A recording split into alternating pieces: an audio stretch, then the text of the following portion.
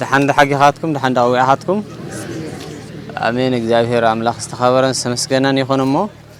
لما انتي نابزي مصينا زلنا بصابونا አቡናትናኤል ናይዘባኹም ናይሃገረ ስብከትኩም ናይዘባ ምዕራብ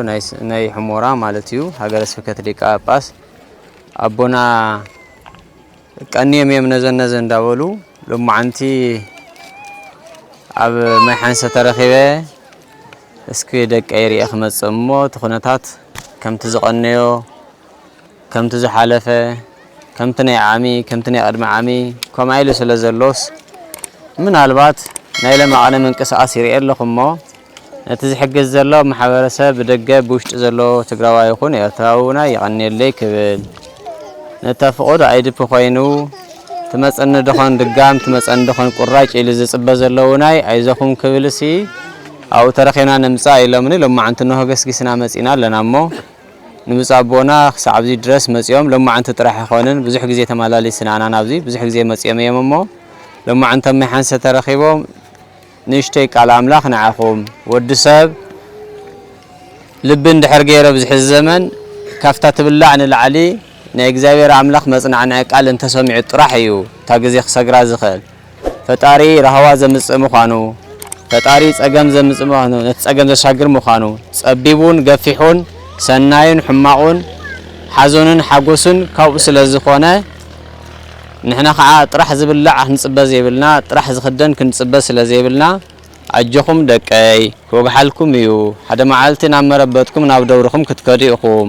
ኣብ ጸልማት ኣይንነብርን ክንሻገሮና ክብልኹም የመጽኦም ዘለውሞ ኣብ መወዳእታ ንእሽተይ ውህብተ ኣለና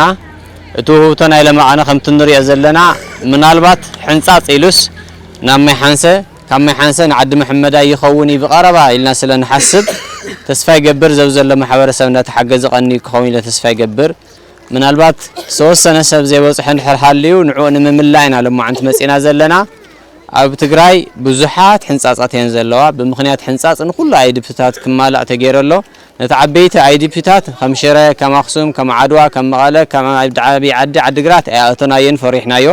ውህብተና ትሕዝቶና ውሑድ ስለ ዝኾነ ሕንጻጽን ዘንካልኦት ካልኦት ዘለዋ ግን ጀሚርና የለና መፈጸምቱ ኸርየና መድሃኒ ዓለም ፈቃዱ ይኹን እሞ ከርህወልና እግዚአብሔር ፈቃዱ ይኹን ሕዚ መድረኽ ንውፅእ ኣቦና ኸዎም እየ እግዚአብሔር አምላክ አባ ዓራኢ ቅዱስ ዮሐንስ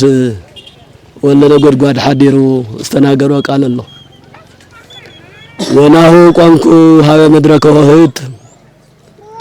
እመዎ ዘይሰማዕኒ ቃልየ ወያርህወኒ ሶቢሃ أبوء وأعرف مسليه وأتني مسليه أنا أو دقافكم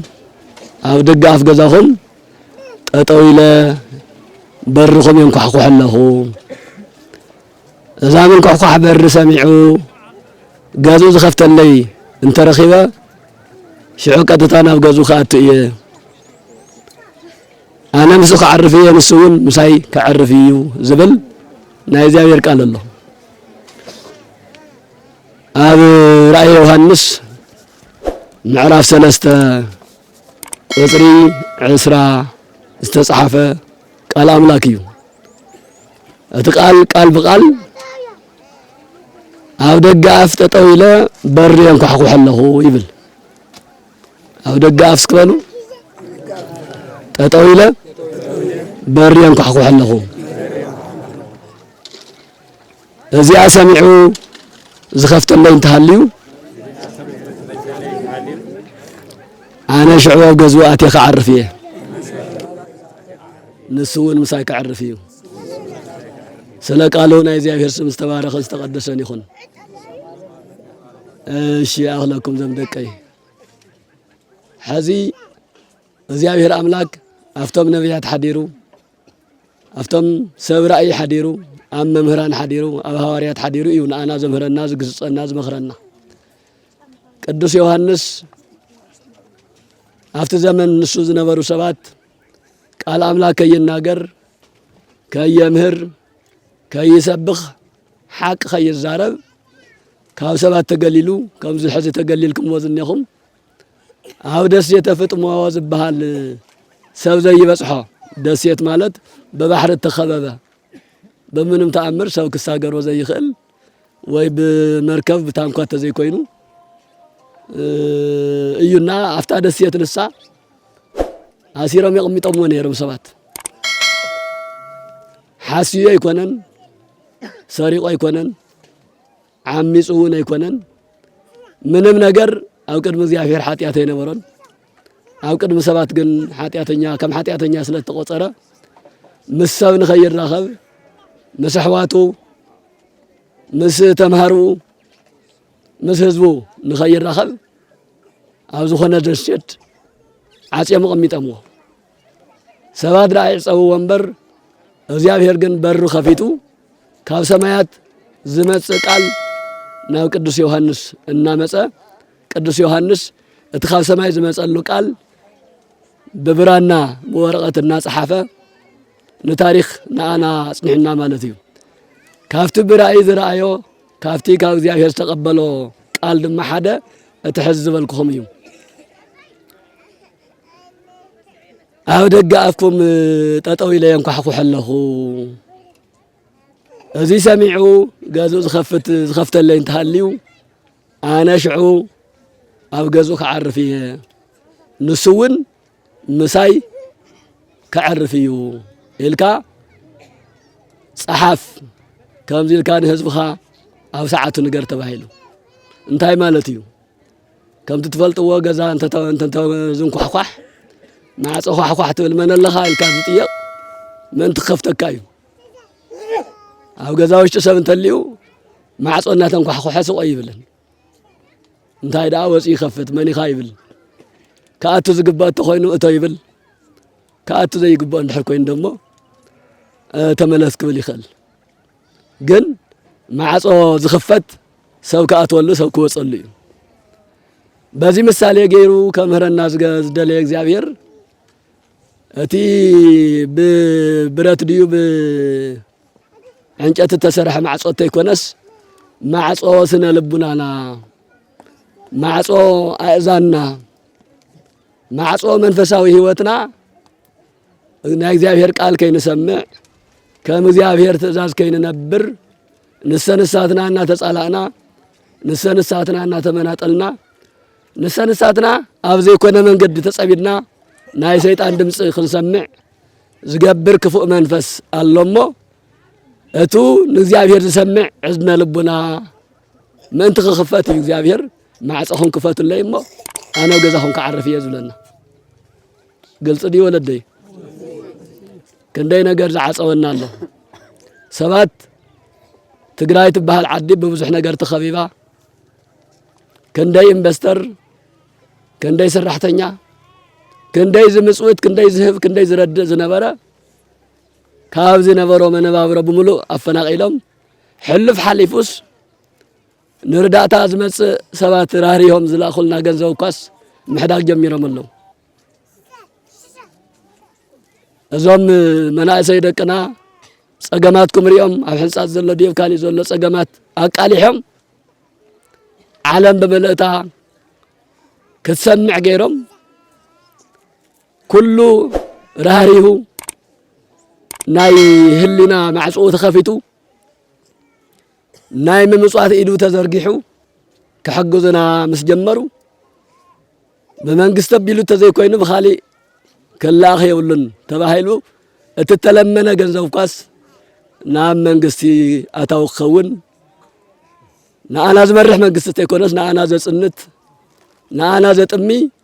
ንኣና ዝቐትል በብዙሕ ነገር ሞኪሩ ኣይተወዳእናን ሕዚ ደሞ ብጥምየት ምእንቲ ክንውዳእ ልመና እውን እስካብ ንኽላእ ኮይኑ ኣሎ እዚ ናይ ሰይጣን ስራሕ እዩ እግዚአብሔር ዓይነ ልቡናኹም ክፈቱ የንኳሕኩሕ ኣለኹ እየ ህዝበይ ክረድእ ህዝበይ ከድሕን ይመጽእ ኣለኹ እየ መዓልቲ መዓልቲ ናብ ሕድሕድ ሰብ እግዚአብሔር እንተይመጽእ እንተየንኳሕኩሕ ውዒሉ ሓዲሩ ይፈልጥ ብዝተፈላለየ መልክዕ ግን እቲ ጸጋማይ እቲ የማናይ ገዲፍና ጸጋማይ እቲ ብርሃን ገዲፍና ጸልማት እቲ ሓቂ ገዲፍና ሓሰት ስለ ነራምድ እግዚአብሔር ማዕጾ ዝኸፍተሉ ሲኢኑ ምሳና ክዕርፍ ንሕና እውን ምስኡ ክንዕርፍ እናደለየ እግዚአብሔር نحنا فقادنياتات بزي مخانا استملسلو غزي بزح يو ናይ እግዚአብሔር ቃል ግን ሕዝውን ሓቅ ስለ ዝኾነ በበመዓልቱ እትቀደም ተጻሐፈ መጽሐፍ ሕዝውን ዝሰርሕ መጽሐፍ እዩ መጽሐፍ ቅዱስ ስለ ዝኾነ እግዚአብሔር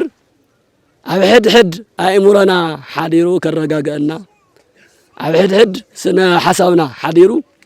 ሰናይ ክንሰርሕ እሞ እቶም ዕረፍቲ ዝኸልኡና ሰባት ዕረፍቲ ዝህብ እግዚአብሔር ባዕሉ ንኸዕርፈና ብዝተፈላለየ መልክዕ ይምህረናን ይግስጸናን እዩ ደቀ እግዚአብሔር በጃሃትኩም እዝንና እግዚአብሔር ነሃቦ አይሙረና እግዚአብሔር ነሃቦ ከዕርፈና ዝኽእል እግዚአብሔር መርካ እግዚአብሔር ወጻኢ ምንም ከምዚ የለው ዝ5 6 ዓመት እዚ ተማሂርና ኣለና እዚ መከራ እዚ እዚ ጥምየት እዚ ዕርቃን እዚ ክንመሃረሉ ይግባእ ክንመሃረሉ ጥራሕተ ይኮነስ ክንመሃረሉ እንታይ ከም ገይርና ካብ እግዚአብሔር መዕረፊና መጋቢና ኩለመናና እግዚአብሔር መኻኑ ፈሊጥና ናብ እግዚአብሔር ክንቀርብ ይግባና ልበ አምላክ ቅዱስ ዳዊት አይነ ኩሉ ነፍሲ ሲፈችያከ አንተ ተህወ ምሲሳየሙ ተሰፍየ የማነከ ወታጸግብ ለኩሉ እንስሳ ዘበስርዓትከ ይብል አይነ ሁሉ ናባኻ ይምልከት ናይ ፍጥረታት ኩሉ አይኒ ናብ እግዚአብሔር ይምልከት ንስኻ ድማ የዋህን ርህሩህን አምላክ ስለ ዝኾንካ ይድካ ዘርጊሕኻ ንህዝብኻ ንፍጥረትካ ትምግብ ይብል እግዚአብሔር እኮ ንፍጥረታት ኩሉ ዝምግብ ምንም ዘይጎደሎ ሓያል ምንም ዘይሳአኖ ኩሉ ዝከኣሉ አምላክ እኮ እዩ ነይሩ እንተኾነ ግን ንሕና ተስፋና ናብ ሰብ ዓይንና ናብ ሰብ ሓሳብና ናብ ሰብ እሞ ናብ ዘይጠቅም ሰብ ንሰውን እናኾነ እዩ መከራና ዝነውሕ ዝበዝሕ ዘሎሞ ደቂ እግዚአብሔር ዓይንና ናብ እግዚአብሔር ንግበሮ እግዚአብሔር ንስኻ ተፈልጥ ባዕልኻ ፈጠረኒ ተባሂ ፈጠረኒ ኢሉ ዝተፈጠረ ሰብ እንሄድ ይውዚ ማመልከቻ እቲ ዝተወለደ ሰብ ይልዶ ኩላትና ማመልከቻ እቲና አይተወለድናን ኩላትና ፈጠረና ኢልና አይለመናን እግዚአብሔር ክፈጥረና ስለዝደለየ በአርአያው በመልክዑ ፈጢሩ ንኡኽነ መስግን አይነ ልቡናና ንኡ ከፊትና ክንነብር እንተ ጸጊምና ወን ጸገምና ንባዕሉ ክንነግር እሱ ድማ ጸገምና ክፈትሕ ድልው አምላክ እዩ እቲ ኣብ ከባቢናን በብ ዘለናዮ ንሪኦ ዘለና ግን ነዚ ዝምጥነ ይኮነን ነዛ 10 ኪሎ 10 ኪሎ ተኣክል ኳስ ብዙሕ ነገር ንሰምዓላ ካፍተም ዘለዎም ትልምን ንሕና እውን ክንደይ ነገር ክንደይ ገጽ ርኢና ኢና ንልምን በጃኻትኩም ኣብዚያ ከምዚያ ዝበለሎ በጃኻትኩም ኢልና ንባዓትና ፍሲስና ኢና ንልምን ኣብዚ ምስ መፀውን ካባይ ገለ ይገድድ ዝብል ሓሳብ የለን ኣነ ይገድድ ኩሉ ርኢና የኮይና ንሕና እኮ ብፍላይ ህዝቢ ሕምራ እኮ በደንብ ክንመሃር ይግበና ብዙሕ እኮ ነይሩና በመእካብ ተዝኸውን በሃፍቲ ተዝኸውን እኮ ከም ህዝቢ ሕምራ ሃፍታም ነይሩ ድዩ حمورا كون أيكون أن تجري إثيوبيا ملو زمجب زنبرة عدك كوي سلازي نايكم نحن خرب العسل زي تفقد أجن كالوت وررت بليعمو أزيد أما أتبوز حكوا زي تقام الناس توحد ما جزا مليء وكرات المليء زي تقام الناس 10 كيلو 10 كيلو بس ين ما انتهي خطأ ما محدر استنفاس كوين بركالي كوي خنا بازيكن مهاردي يقبلنا عندك حزو زي زين صرصر ديلن ناي مزقون تحدى مزقون اتم تحبابرتون حدا زي يصقممون يخون بس اقام طرحون تيكونس نتازلاون نشتي اقاني خازي ممرحون يهلو بعلو تسبون اي انحلفوني زጨነቆ ዝገደዶ ለድራር ላይ ተዘይብሉን ይው ዝብል ሰውን ክርከብ ነይርዎ ከም እንተ ተረኺቡ እዩ ዕረፍት ዝርከብ እምበራው ዝመጻ ምምንጣል ተኾይኑ ተመልስካና ምምንጣል ተመልስካና መባእሲ እግዚአብሔር ኣብ ሕድ መዓልቲ ስነ ልቡናና የንኳሕኩሕሎ የምህረና እዩ ዘሎ እግዚአብሔር ብብዙሕ መልክዑ ይዘምር ብሞት የምህር ብሕማም የምህር بتأمية يمر بتحقاس ون يمر بكل نجار كن مهارة ذيك إلنا جن وكلا يموتون الله نايسجا موت نايسجا تميت نايسجا عركان بس الناس عندنا كان من قصة سمايات وصاي نايجهنا مسات كلف أجان أنت تساوي زرقتنا نسبة تخينا مع صلبنا نا أيتخفتن مالتي ولد قل صديو تسمعنا لكم ديهم كل نجار نسنا أيوز بالمسحة فلنا لبام سبنت أنت بيوز صحف زي هولم نجار لفقونا وكل نجار نسنا أيو ما كران تمسون تمرتيو طميات تمسون تمرتيو زمهر اللي ترخيو يقل هذا مثال يخنا نقراكم ما خد أوزي حمد المكرام كينكم دقنا أوزيحكم الله وكيتولني حانت قال نقص قال له النيرة ما حزاني حتى مساء تخيد اسكي بوتا هاويصنا خنمص تጓعزنا نشتي تنقساقسنا نفاسو سيدنا خنمص إلن مسعركا خوينا تخيد من قد واسيد وانا وح من قد تጓعزن تفلطو ناو حدت اشاتي አፍጥጣ ሻፍት ዱር ንሱ ዝኾነ አራዊት ይጻበን ሞ ታጓልኡል ሓንተ ጻብዕታ ተቁረጽ አው ገዛ መሊኡ አዩ ሃፍተ ንብረት መሊኡ ዝብላዕ መሊኡ ዝስተ መሊኡ ዝኽደን መሊኡ ሓሻኽርኔው ዘዘዙ ግን ንሱ ጥራሕ እኹል ስለ ዘይኮነ እቲ ዓለም ትመዘናግዒ ህይወት ክትሪኦ ስለ ዝደለየት ያ ናብ ጣሻ ኸይዳ አው ግን قبل نبل حد أراوي تلعيلو حان تصابعتها قريصوا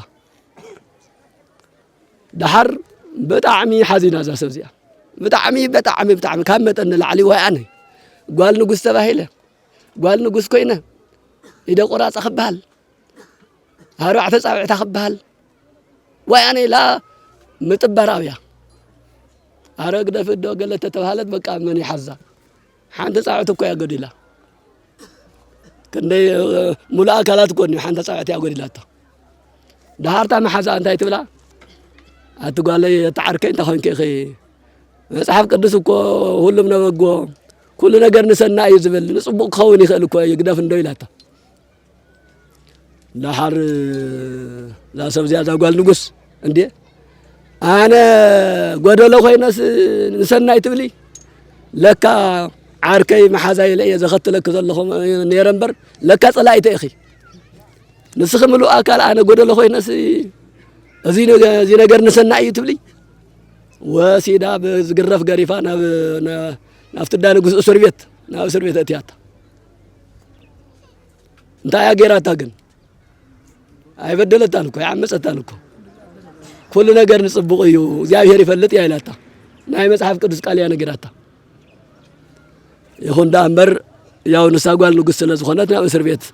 آتياتا دحري سلسة 4 ورحي زامنهم زي بدلت أو إسر بيت تقميتا دحري سلسة 4 ورحي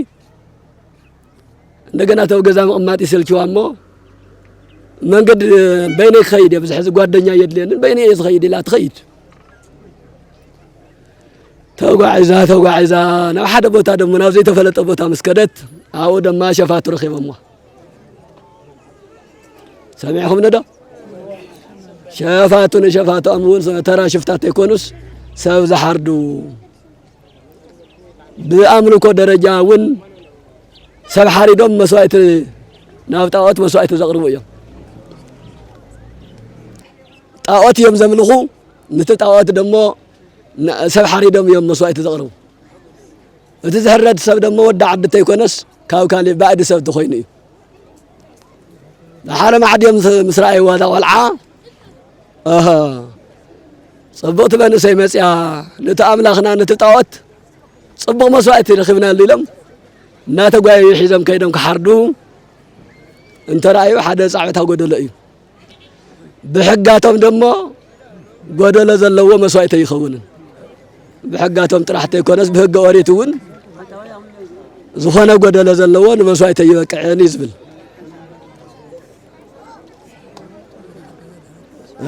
እሺ ደሃን ነሽ ተጸበይን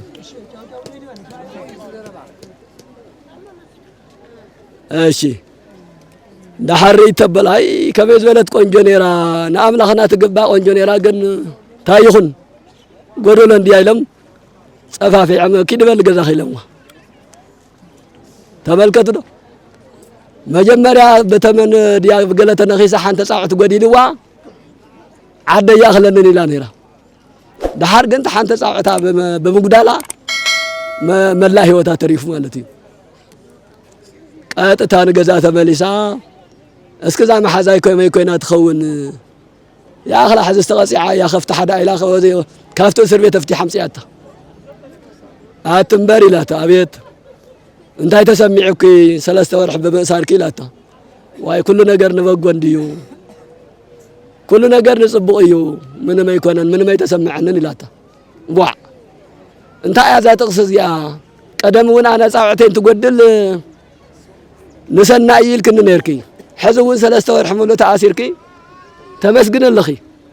تاي مالتي بدمسك جلس الليلته وهي زعركي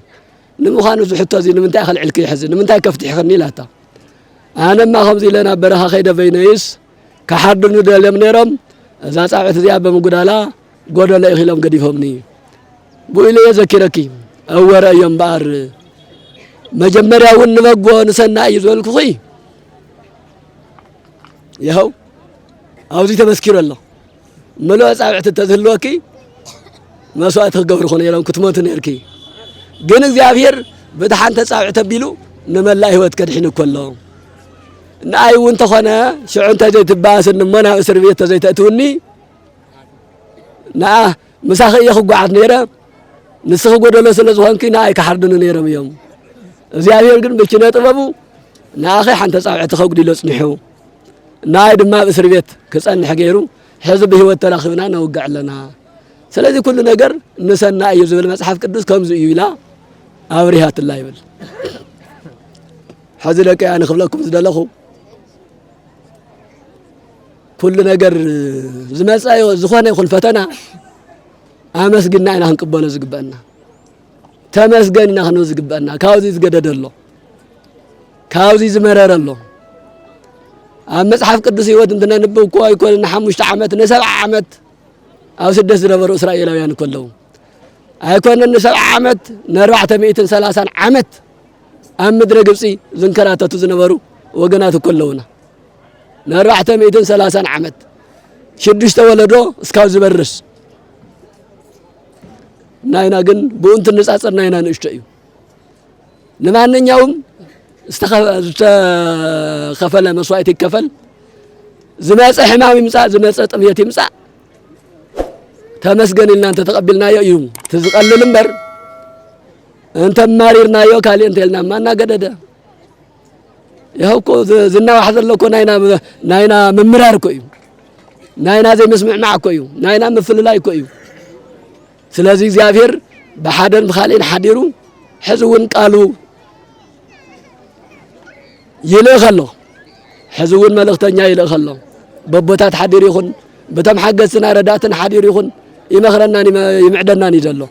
ايمرنا هنكفت كنستوعل يقبلنا زبل ملقتلني كاوزي اللعلي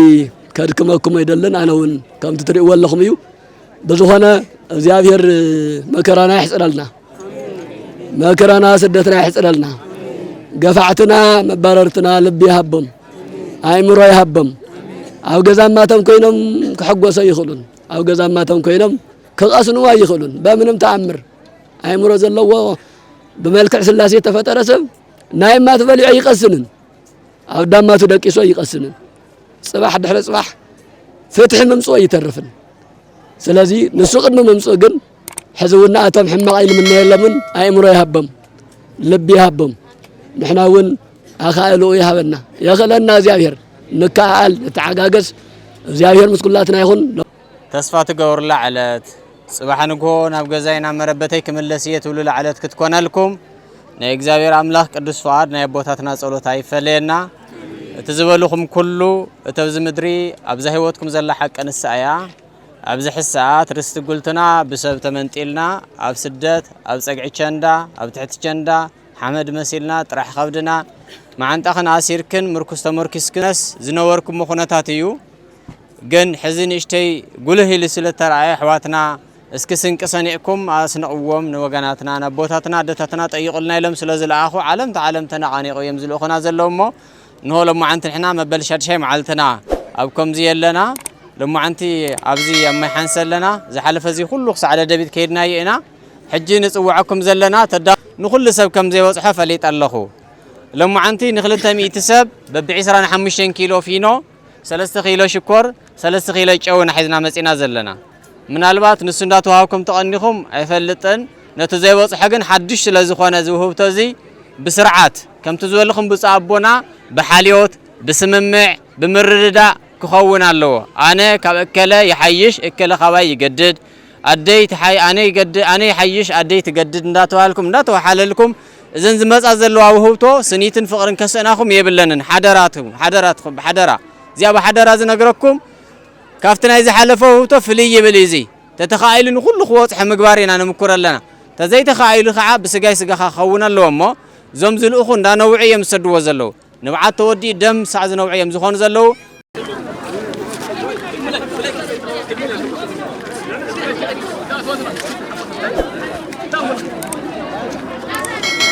واي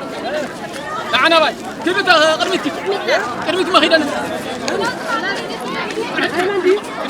تعال لك هذا